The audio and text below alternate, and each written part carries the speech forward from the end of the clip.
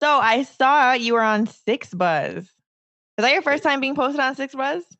Nah, definitely not. It's been a good amount of times over the years. I mean, and anytime that people repost me, I'm appreciative of it. But like, I'm not really one of those that kind of depends on that type of stuff. But like, it's nice when it happens. It's definitely nice. What about persons like Safaree? I saw that he reposted you as well. How did you feel Yeah, about that? you know what's funny? Me and Safari is my boy. I met him probably about 3 years ago randomly too, because at first he followed me off of, I think it was one of like the soca remixes that I did. And then one time I was in the Bahamas, I was hosting a trip and I randomly walked into like the main lobby and I saw him and I was just like, yo, and he's like, yo, you're the guy from Toronto. And we just been cool ever since. I was trying to get an invite to him and Erica Menden's wedding, but apparently it got lost in the mail. But yeah. Wait, how are you trying to get an invite? Were you like, am I invited to your wedding? Yes, I said, yo, send me an invite to the wedding. And it never came. But of course it did. It got lost in the what? The mail? The mail, yeah. It got lost in the mail. You did get it, but it's not your fault, right? Maybe. Yeah. That's okay. That's okay. Hopefully there's no future weddings, but just make more friends. Just make more friends and then you can get an invite to their wedding. That's because I love weddings. Anytime I get to wear a suit, I'm involved. Really? I cry at weddings. You cry at weddings? I do. Cute.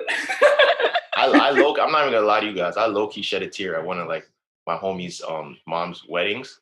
The speech was very heartfelt. You know what it's like, you never see an emotion out of your friend until like a specific moment. It was one I've never seen his voice crack or him tear up in my life. So when that happened, I was like, oh my God. That made you cry as well. Damn. That's emotional. That's why Safaree didn't want you at the wedding. He didn't want you crying all over the place. Nah, I would have been on point at his wedding. There would have been way too many baddies there for me to be crying. So you'd go to the wedding to get girls? Yes, 100%.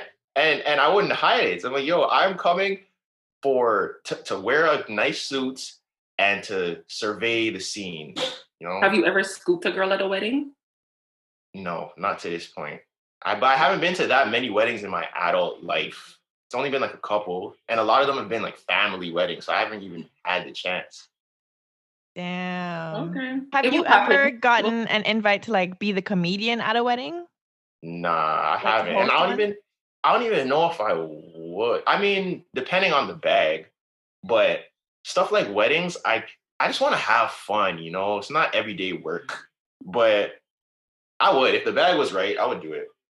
Speaking of work, what do you do mostly? Like, what takes up your time? Is it the comedy, the producing, the writing? Definitely the videos. The videos is the majority. The producing and the music stuff is more recent.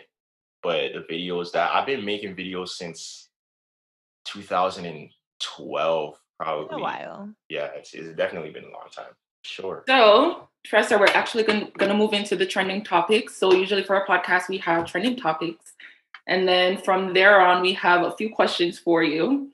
So speaking of comedian, it goes right into the question that I'm going to ask you. So Kevin Hart was in Canada. Did you know about this? Yeah, he was filming the movie, right? Yes. So my question is, an international superstar, Kevin Hart, was spotted downtown Milton for his upcoming movie called The Man from Toronto. Canadian citizens were kind of vocal about this because they believe that a Canadian should be a part of this role. So my question for you is, do you believe that a Canadian actress or actor would be the best fit for this role? I mean, if they want it to be authentic, then yeah, I would see. I don't think there's any way that, especially being from Toronto specifically, if the movie's about Toronto, it would make sense. But you know how Hollywood goes, and odds are that's probably wasn't going to happen. So I hope at least, well, it depends on the context of the movie because we still don't even know the context of the movie. I'll tell you the context. But if the movie is about like him being from Toronto, like an urban person in Toronto, I hope they at least someone gave him like a dialect coach or like someone to tell him the slang and the accents and how to use it. Because if I hear him trying to sound like a Jamaican pirate or something, trying to do a Toronto accent, it's not going to be pretty. So the movie actually wasn't even supposed to be filmed here. It was only filmed here because of COVID. But the premise of the movie is that a man named Teddy, who's played by Kevin Hart, is New York's biggest screw up. And then the assassin, he's known as the man from Toronto. That's not Kevin Hart. And they're just being mistaken for each other. So Kevin Hart isn't even the one from Toronto in the movie. Oh. He's known as the New Yorker. He's a New Yorker. And the assassin, who is Woody Harrelson. I don't know if you guys know him. They should have at least put on a Canadian actor or actress, even if it's not someone from here. I know there's some big comedians, like, for example, what's his name again? And he's almost like, he's a big comedian though. Russell Peters? Yeah, so I'm thinking Russell Peters. Where do you think, like?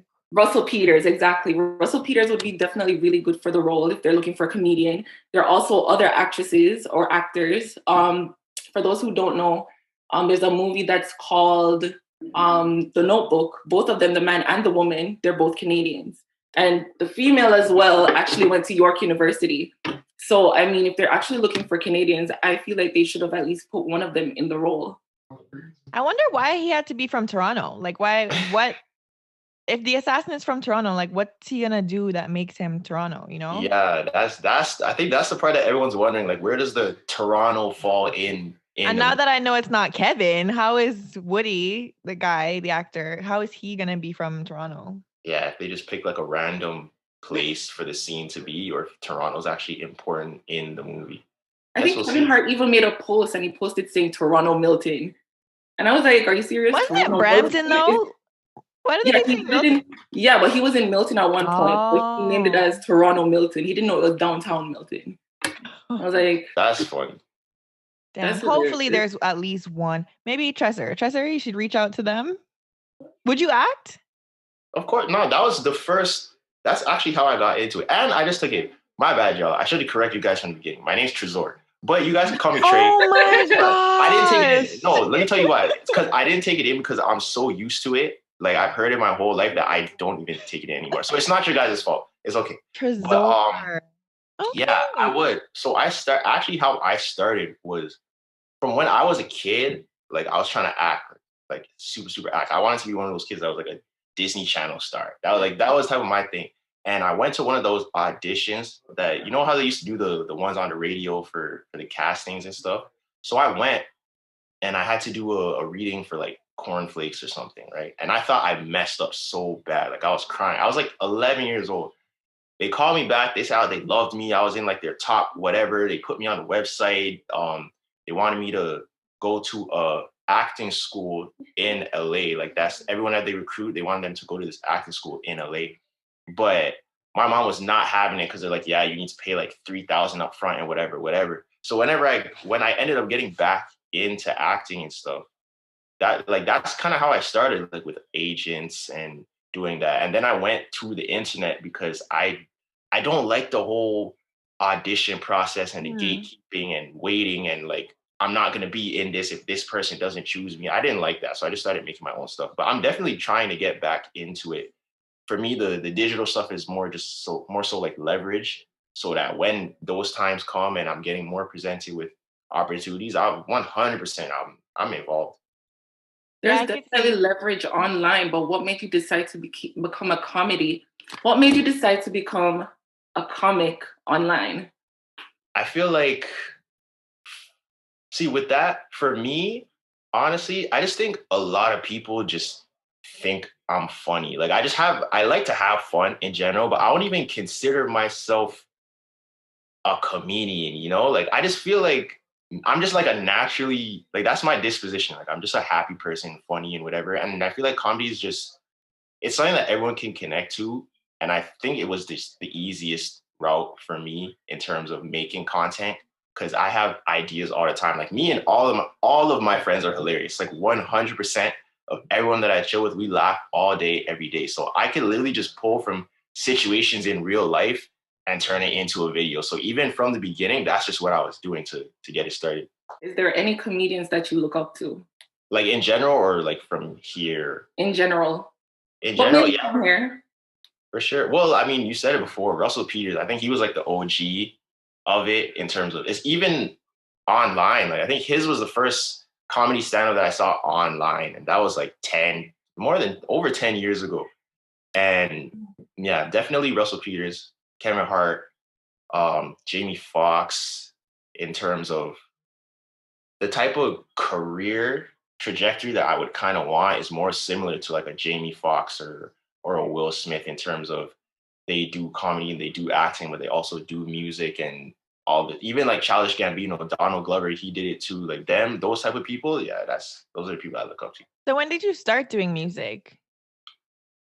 I was always involved in music in somehow, like even in elementary school or like at church, like I was in the band and stuff like that. So I've always done music and I've always technically recorded music. It's just when I started doing the musical comedy stuff online, people are more like, yo, you should actually start doing this. And I'm like, I do this. I just haven't put it out because I just, wanted the focus to be on the videos. But eventually I was just like, honestly, whatever, like I might as well just drop it. So it's probably been a couple years, but it's not even like I'm going super, super, super hard, like trying to be the next Drake or anything. But I think it's just another one of the avenues because I get really bored really quickly. And if just one week I'm like, I don't feel like filming videos anymore. Let me just take this week and just do music. And then I'll just interchange. So it's been a couple years.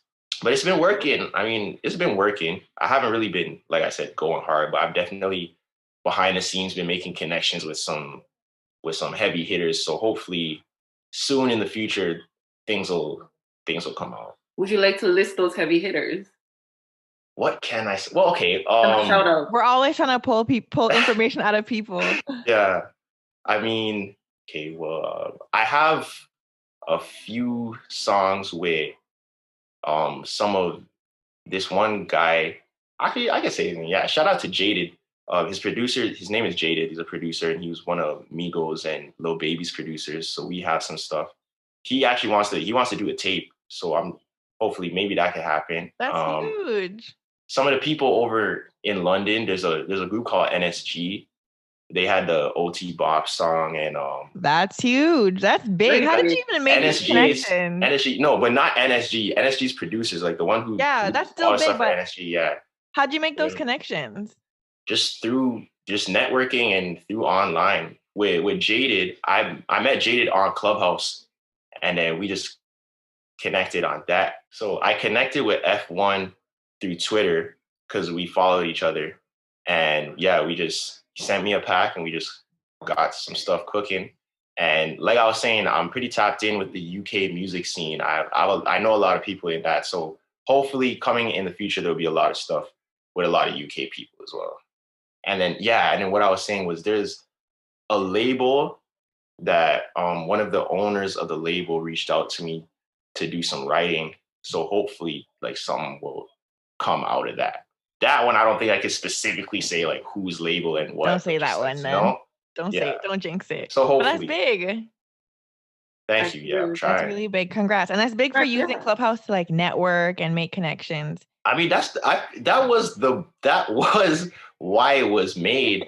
And I feel like for the first, are you guys both on Clubhouse? Yeah, of course. Yeah. I feel like I got on Clubhouse in like, I think November or December.